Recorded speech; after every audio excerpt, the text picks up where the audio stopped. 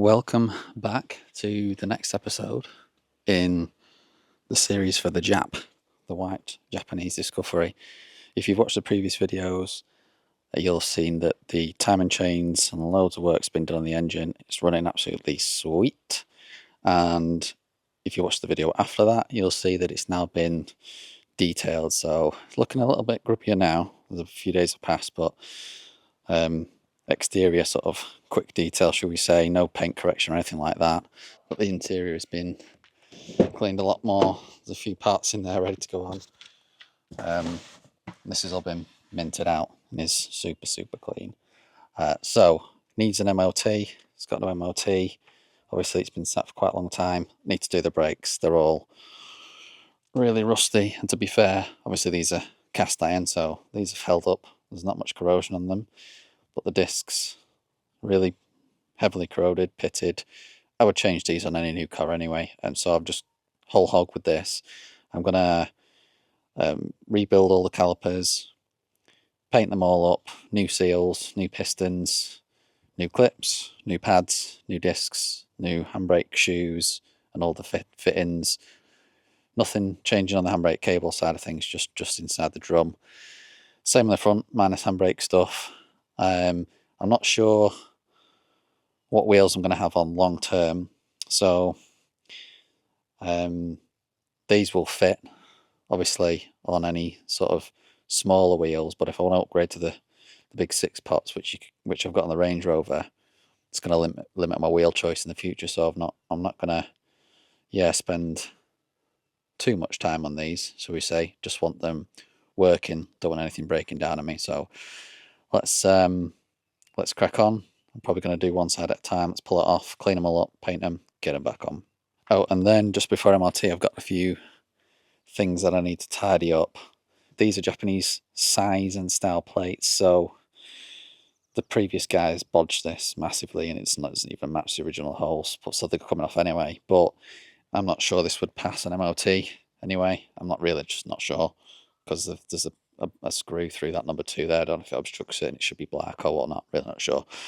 So because this is a Jap import, standard size for this car, as far as I'm aware, would be 13" by 6.5", which is what these plates are. So I'm going to keep it original because I can, and you can't, as far as I'm aware. I'm not sure if you can fit those on cars that aren't imports, or whether it's just the lettering size and style that matters. Not sure. These have the BSAU 145E marking on and the postcode of the company that made them. So yeah, I've ordered some press plates to replace these. Didn't really want to do this before the MOT, but I haven't really got a choice.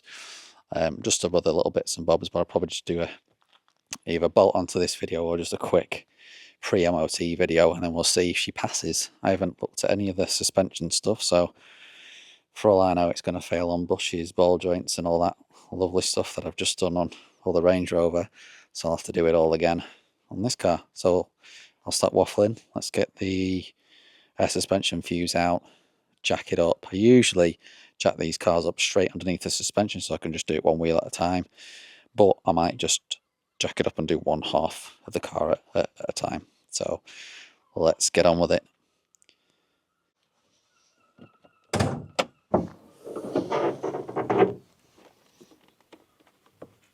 There we go.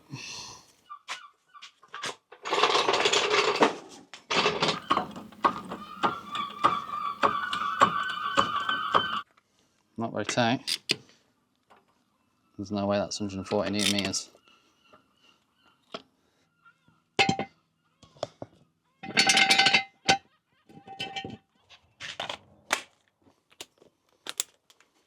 So I do have some new wheel nuts for these, so I'm not that fussed about using an impact gun.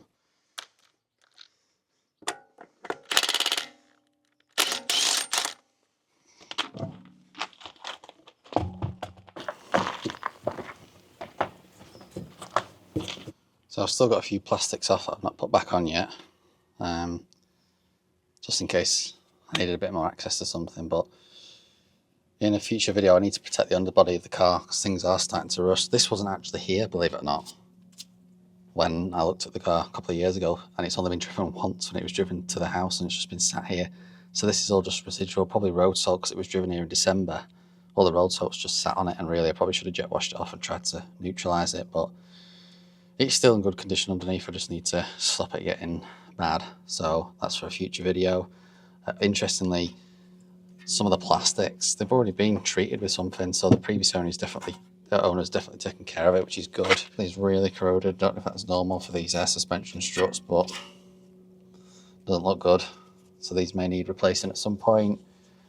Looks like they've driven through some paint at some point, which I spotted on the back as well. It's just like white flicks of paint everywhere, so I'm going to get some thinners on this, which is fine on the plastic.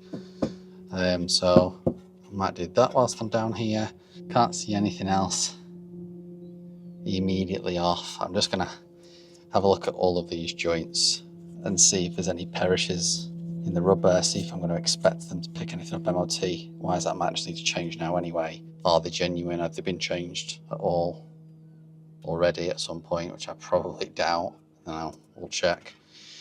So let's do that, and then we'll crack on with taking the caliper off. How do you like this flowery rug? Certainly, somebody sent it to me free to review. This is my review. It's worthy of going underneath your wheel whilst you're cleaning it, otherwise it's horrible. It's not going in my house. There you go. To be featured throughout this video. Get used to it. Right. Can't see anything wrong with any of these rubbers on any of the bushings. Everything looks fine. Take the ABS sensor clip off.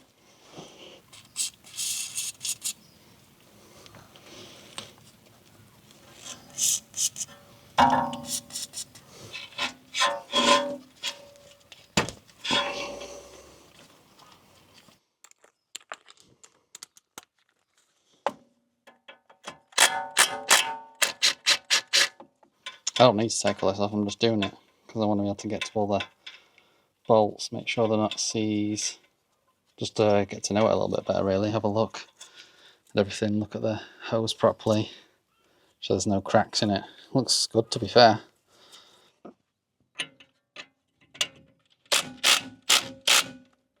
tight. Save a bit of time, shall we? Get the big boy out.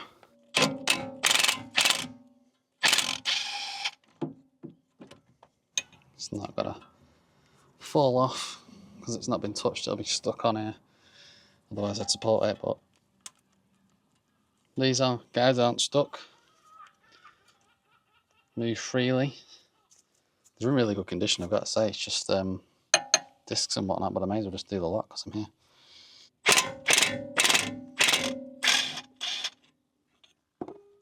Yeah. Thread locker on. Somebody doing it properly, in my opinion.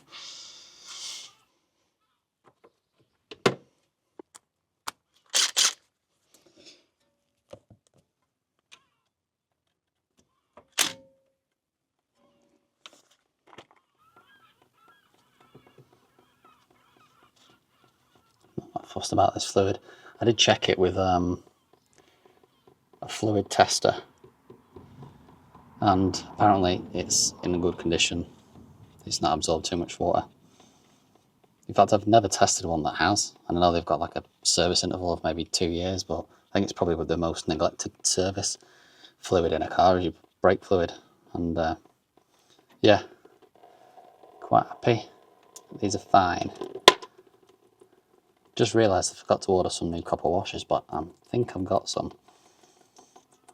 I noticed that they don't sell ATF blue anymore, because I think the blue colourant is some sort of toxic chemical that they don't want people using, which was always ace because you could force it through and see the colour change, so that's a shame.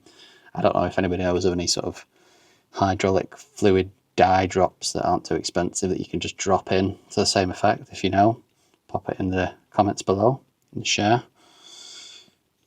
Just going to crack off the blade nipple whilst it's supported on the car, and I've got something to undo it against. I have to apologise, by the way, for the seagulls. I'm used to it, but forgetting you guys probably aren't. If you can hear them, they're brutal. They don't come on my roof because I make it a hostile back garden for them to come near.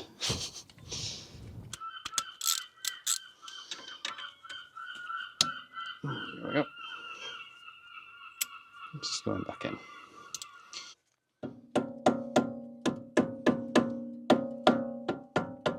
There she is.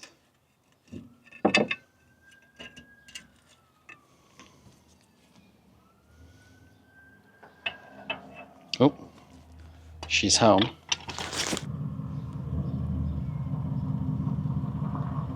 She sounds good.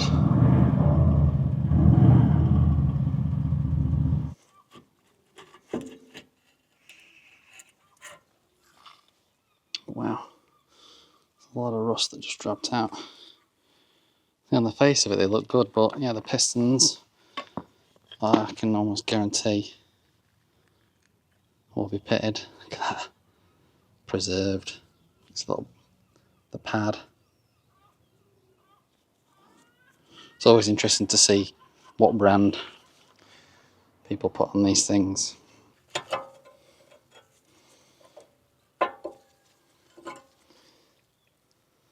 Yeah, I'm getting fairly close. Evenly worn now, to be fair. And I can't tell what brand these are. Again, nice and even. Little free spider there with it. Oh, these are genuine Land Rover. So this might have been maintained at a dealer, which is good news because there's no service history with this whatsoever, which I know most people will be like, oh, what have you done? I'm not bothered about that. If you watch the video now, the condition of the engine and the interior, etc., everything's just really well taken care of. It's obviously somebody who loved the car. Right, I know these bolts are going to be torqued up to something ridiculous, like 400 and something, 20, I guess. If they're anything like the Range Rover, so I'm going to spray them now. In case they're a bit stuck on too. 21 multi-point, but I don't have an impact rated one, so rest in peace if it breaks. I know the impact gun will take this off, no problem, but let's just see. I can do it by hand, save my ears.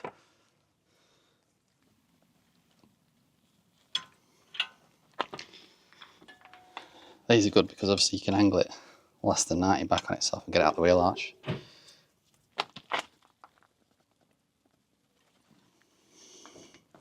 Very good.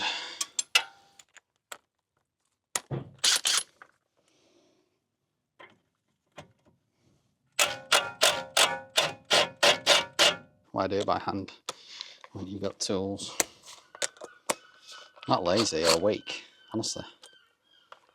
Just means I can do more with my time.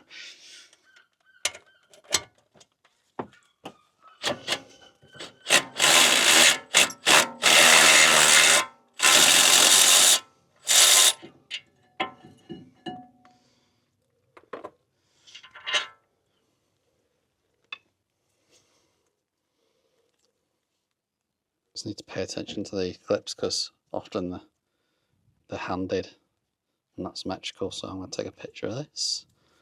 Ready for the refurb. I think these are TRW. Yeah, you can just make out TRW calipers.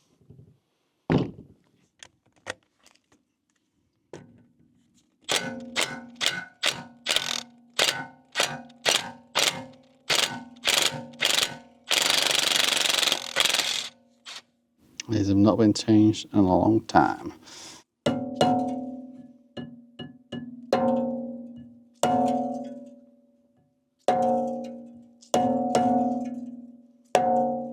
Let's get a Thor on it.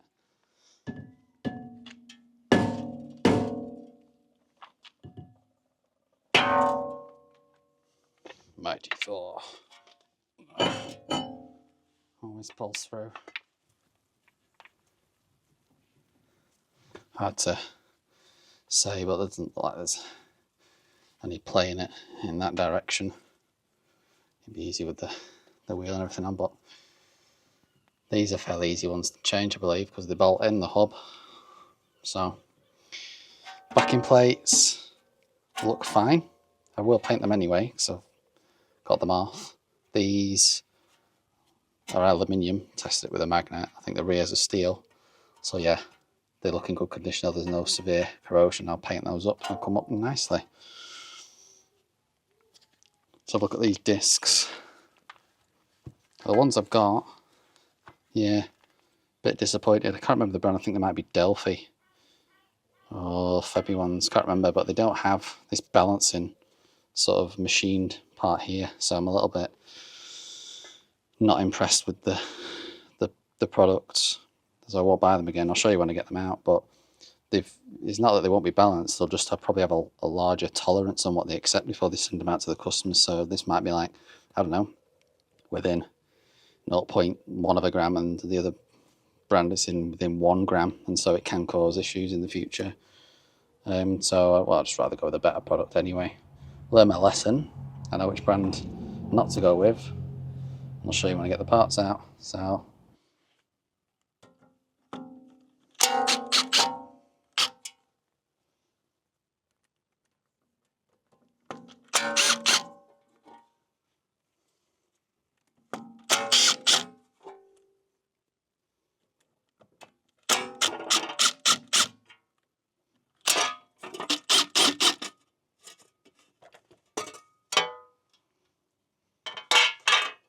now, and you won't be able to see because I can only just see. These are also genuine discs. So yeah, I think this is probably maintained at a dealership. Car guys know, you'll know, and ladies, that if you're going to maintain these things yourself and do the work yourself, it's very unlikely you would buy, in my opinion, Land Rover discs when you know that they outsource them to OE manufacturers like, I don't know, Delphi, ATE, Brembo, etc. anyway, and you can save a lot of money. And if you take it to not a dealer, it's very unlikely that they would fit genuine Land Rover parts. They would fit some aftermarket stuff that's a lot cheaper and charge you the same price. So this has probably been maintained at a dealer, so I'll take that as you will. Good as you will. Is it a good thing? Is it a bad thing?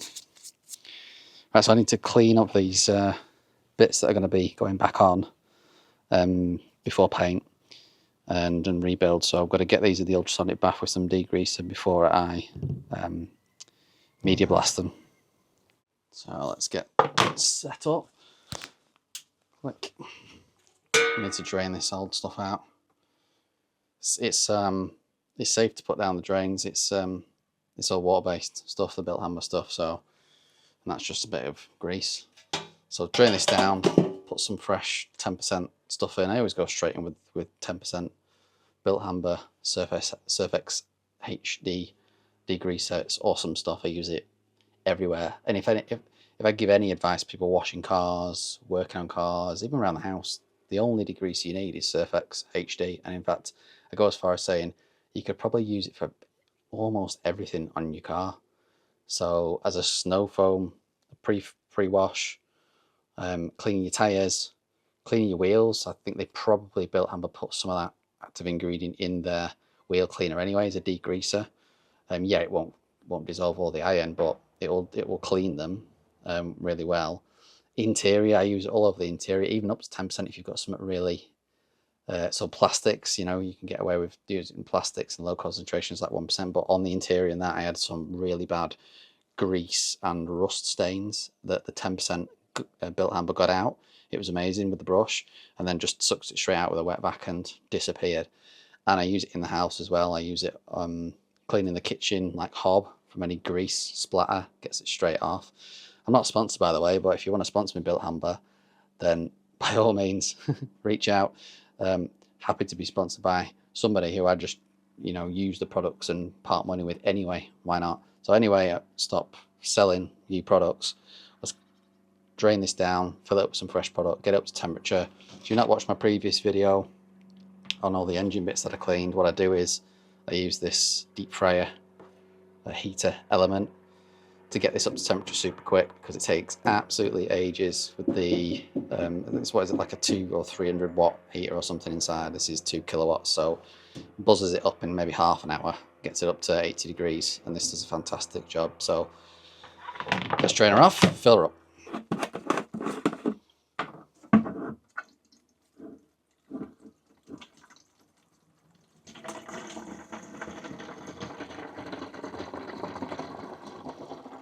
far can I go?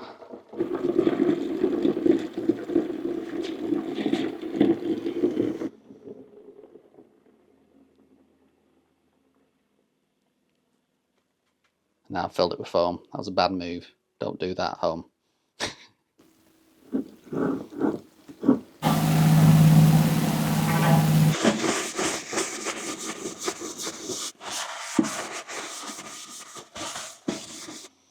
I'll try and get as much of the brake fluid out as possible so it doesn't dilute the crap in there. Normally I get an airline on these. I'm just going to see if I can pull them out because the pads were so worn, they're so far out. And obviously I don't care about these pistons. I've got some new ones. I mean, they don't even look corroded on the inner lip, so that's good news. It's just really well maintained and washed properly and not sat there. It's been used whilst it was in Japan. Yeah, let's get the air on it. Just a little bit of air in the compressor at this point. I'll do this slowly. Bam. Some rust staining at the back there. If you've got any little bits as well, tip, that just fall through the basket, because when you try and take this out, that's going to be probably too heavy. Don't want to damage the basket, so I'm going to take out. These get lost under the basket, so put them in a little plastic tub.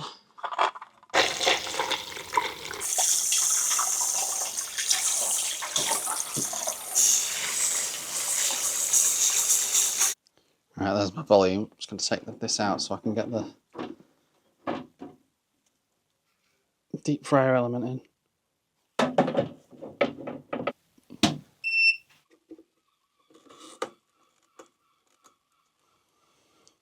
If you're doing this at home, keep an eye on it. Full disclosure, I messed this up a few weeks ago because I forgot I turned it on and it started to boil the water. And when this gets over 80 degrees, the thermostat, this thing shuts down, and I thought I'd buggered it. I think it got to about 90.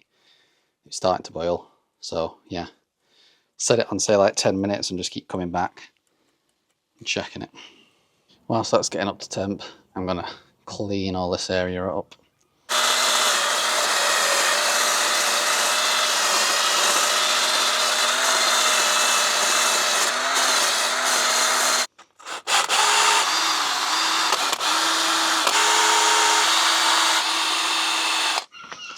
I'm preempting work that's going to need doing on these joints because you never know, so I'm going to start soaking them in some penetrating fluid now in case either it fails its MOT or I need to do something on it anyway. So now I know what happened last time is that says 48 degrees. The temperature sensor must be like right at the bottom or something, because this is actually pretty much 90 degrees. So I'm going to stop there, and it needs to spread that heat downwards. But yeah, keep an eye on it if you're using these. So let's put the caliper back in, degas it 5 minutes, turn it on for half an hour, and this will be really nice and clean. And the brake plate as well, I might just try and fit some of that in and rotate it every now and then, but in reality I'm just trying to clean it up before it goes in the media blaster so that I don't contaminate the media. And I could just do this with some brake cleaner, so we'll see how far we get.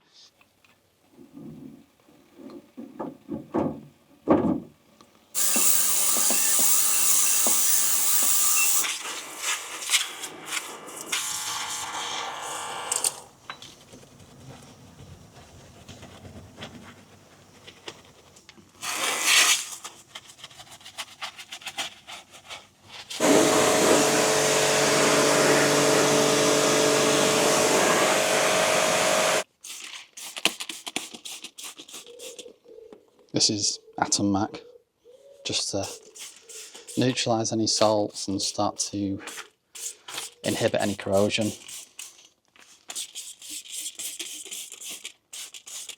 So I'm just going to protect anything exposed metal wise. It's nothing, not painted or anything, just with some ACF 50. If only just to keep things at bay until I get some proper protection here, Lanagard, whatever it is that I decide to go with. Don't need to do this, I just may as well, because I've got this little setup always ready to go with my mini compressor and some fluid in this gun, so it's very handy. And yes, I'm going to spray the hub. Ooh, calm down. Honestly, it says that it doesn't prevent metal to metal contact and the, you know, the micron, whatever it is, thickness that it would put on there, millimicron, won't make any difference. And I've got some grease, special grease for hubs anyway that I would be putting on there. I've been putting copper grease on these forever and never had a wheel wobble problem, so calm down.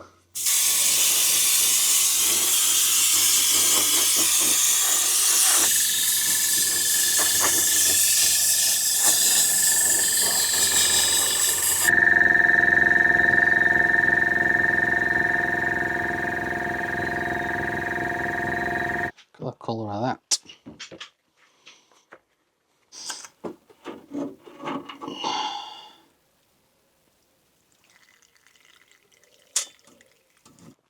Because the majority of this is brake dust, I think I'm going to add some brake cleaner for the next one. Some built amber wheel cleaner, sorry, not brake cleaner, wheel cleaner, to see if it can dissolve some of the dust. But yeah, this is fine though. It's ready for media blasting. Forgot to take these pins out. Doesn't really matter because the new kit comes with some. It's more, first of all, is noting that one of these has got a little bush on it there, so I've just taken a picture of my phone, so which way around it goes. Taking the clips off. One of them seems to be painted for some reason, the other one's not. Look at that. Just peeled it off. Weird.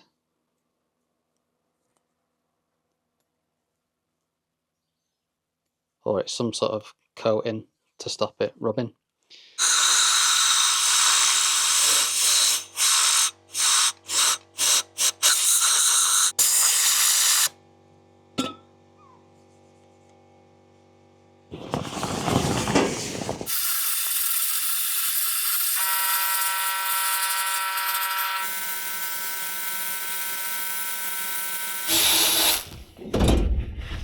So that's this part finished. I'm going to wipe this down with some alcohol, give it a final wipe, any grease, any dust, and then I'm going to use my new mini spray booth, which I haven't used before. Gone are the days for me now of spraying things on the floor with cardboard boxes and whatnot, so I've got myself a tiny little spray booth. Should be great for all these smaller stuff that I paint. And I'm going to use some etch primer on this. Those who know, but if you don't, this is aluminium, which forms itself like an oxide layer, which protects the aluminium, but obviously when that layer is compromised because of things like salts, then it will start to corrode and just disintegrate. So you need to protect it with something, so I'm going to paint it. The etch primer will eat through that oxide layer so that it can actually bond to the aluminium, otherwise it could delaminate or fail. So I'm going to use etch primer. I might do a light dusting of etch primer and then go over it with the corrosion, with the high zinc primer, just to add as an extra corrosion resistance layer. And then it's got to go over with the black, I think black with this, yeah, and then it will need baking in the oven.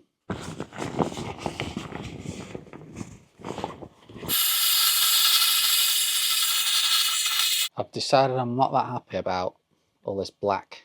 I think it's rust, it's corrosion, and it's just like the sandblasting sort of just not aggressive enough because of the size of my compressor. So I'm gonna make up a citric acid bath. So I've got 1 kilo to about 9 parts water, so sort of like a 10% concentration on this, and then with the heat it should pick this off fairly quickly, so then I can just do a light dusting over with the sandblaster. You obviously got to be careful inside because of the bores. You don't want them pitting, so you've got to watch it and take it out at the right time. But have taken it too far before and it makes it really matte looking. You can polish it and it comes up like new with a polishing wheel, so I'm not too concerned, especially because there's the tolerance when you put the pistons in. There's quite a bit of play in them anyway. It's more to act as a guide. The seal, obviously the rubber seal, does the job at keeping that the fluid from escaping, so I'm not that concerned. Again, you've got to watch out these rubber bushings.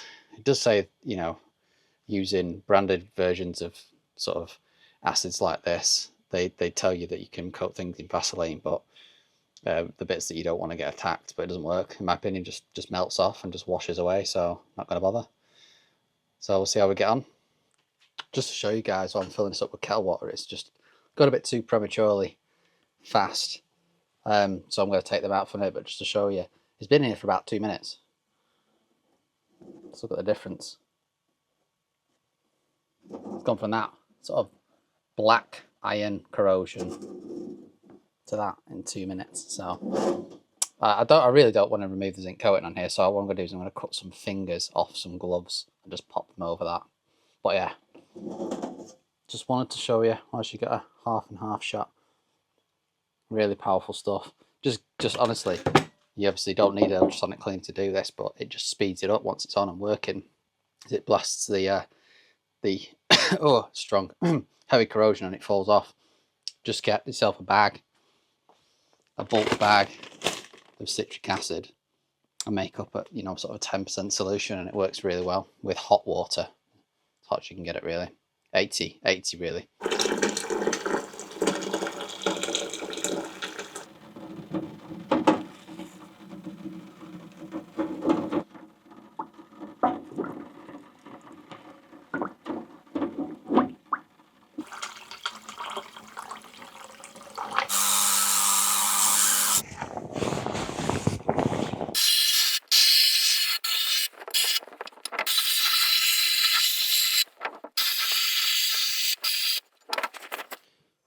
Just to prove my point on these pistons, I'm not sure if I showed this before, but just look inside how bad that is. And it can obviously spread around the lip, and then you start to seize and get stuck in. So luckily this didn't do that, and I think that's just because of the road conditions in Japan. But there you go, this caliper is ready for paint. Just to show the difference, this is this is after the acid bath. You can see it's absolutely no rust on it anywhere, but it's dull. I did take those little glove nipples off the bottom and put the original things back in. I don't know why I didn't think about that sooner, but that stopped any acid getting inside there. But then versus a quick cleanup with the media blaster.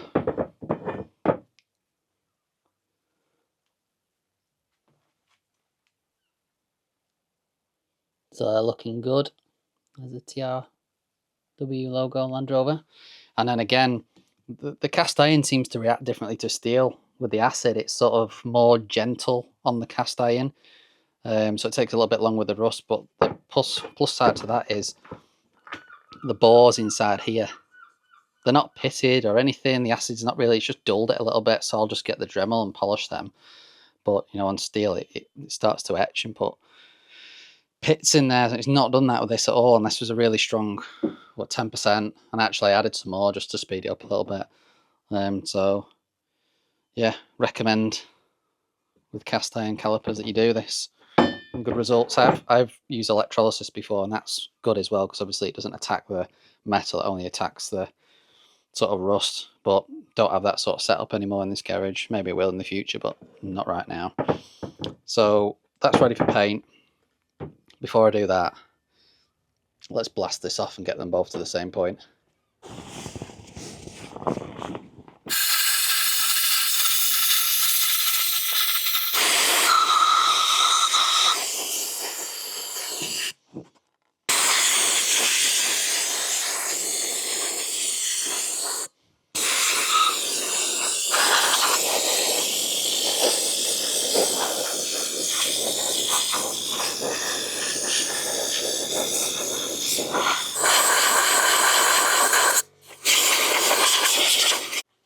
So here she is.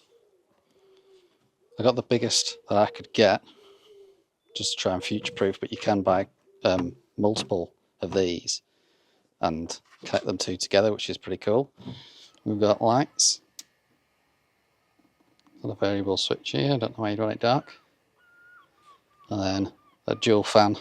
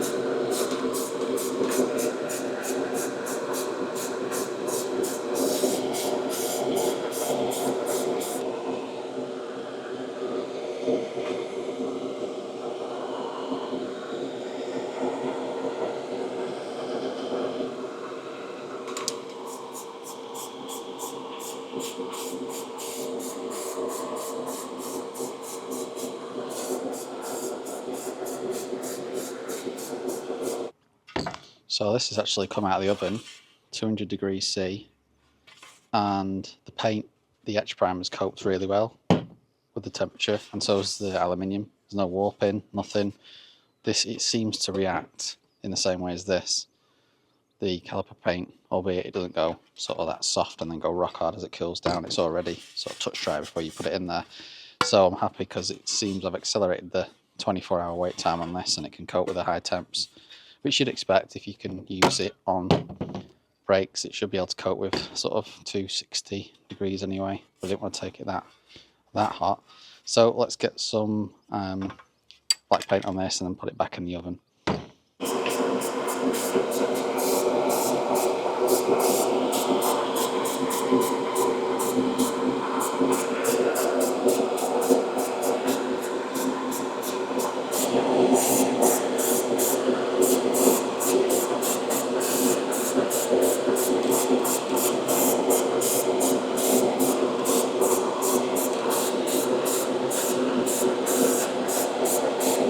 So whilst I'm waiting for the things to dry, these are the discs for the front. These must be the rear, feel like 350s.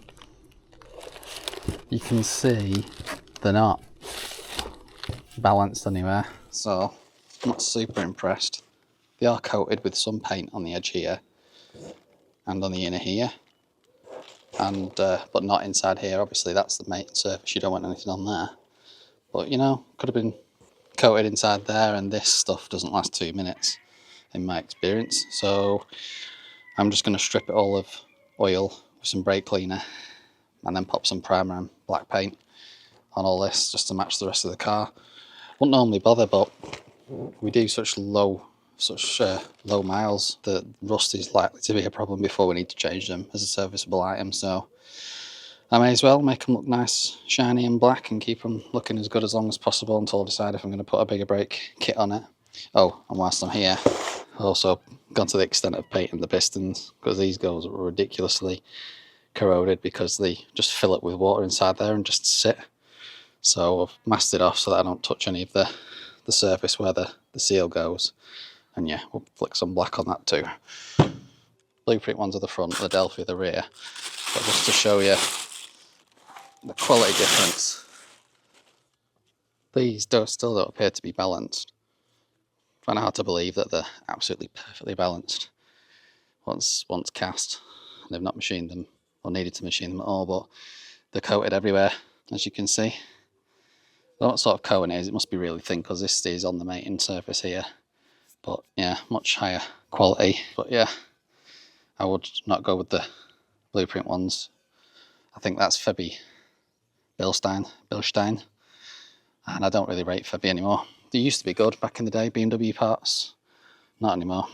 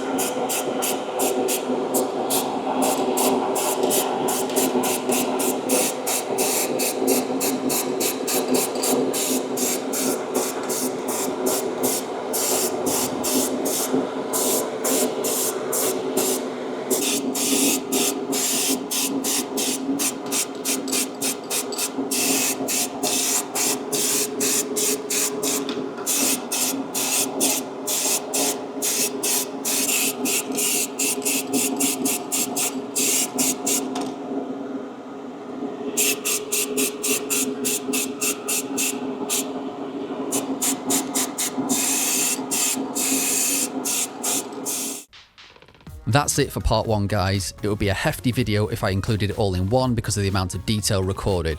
But do let me know in the comments below if you prefer longer, less frequent videos or prefer something shorter to look forward to each week.